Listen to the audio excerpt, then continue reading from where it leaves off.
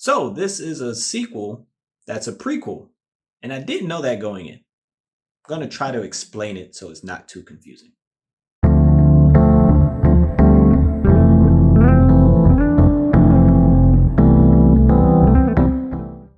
Hello, welcome to Just My Thoughts. I'm your host, Khaleel Ward. On this episode, I'll be talking about The Wandering Earth Part 2. Again, it's a prequel to The Wandering Earth, which is on Netflix, and I told you guys to watch it. This movie is showing the conflict that happened before everybody got on the same page in the first movie. So in the first movie, there's this thing called the United Earth Government, and that's like everybody coming together to create this big space station. We see that formation in this movie. Everybody wasn't on the same side as things started to be destroyed around Earth and them finding out the sun was going to swallow the Earth. So we had one group that wanted to do AI things. They wanted to focus on AI, uploading your consciousness to like a chip, for the AI system to keep. And the other group was focused on building these engines and building this space station so the Earth can basically move out of the solar system.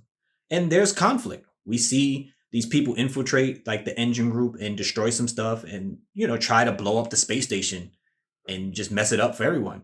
And this guy named Lou, who is the father in the first movie.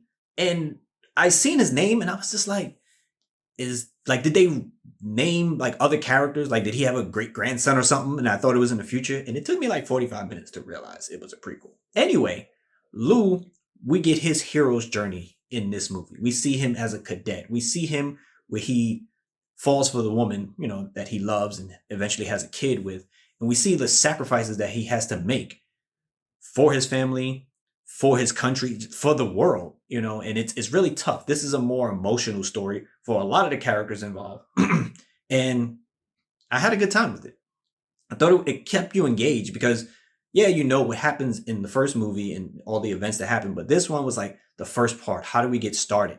And their plan was to move the Earth away from the moon first, rather than in the first movie, it's the Earth trying to get around Jupiter. So this one was focused on the moon, and they had setups on the moon. They put engines on the moon, and they was trying to move the moon away from the Earth.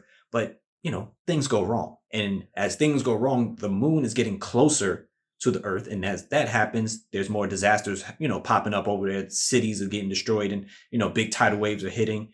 So again, Lou has to leave his family and just make some tough choices. There are other scientists that we have to spend time with. And, they dealt with loss. Like one scientist lost his daughter and he was able to upload like a portion of her conscience to the AI system.